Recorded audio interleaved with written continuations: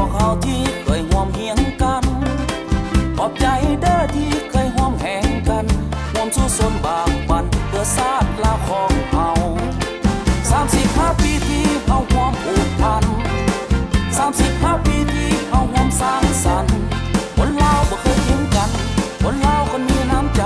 เมียลาวเบียคนจริงใจห่วมแหงห่วมใจเพื่อชาติของเฮาเมียลาวความภูมิใจของคนลาวเมียของเราคนจริงใจเมียลาวเมียเลี้ยงคำของพวกเฮา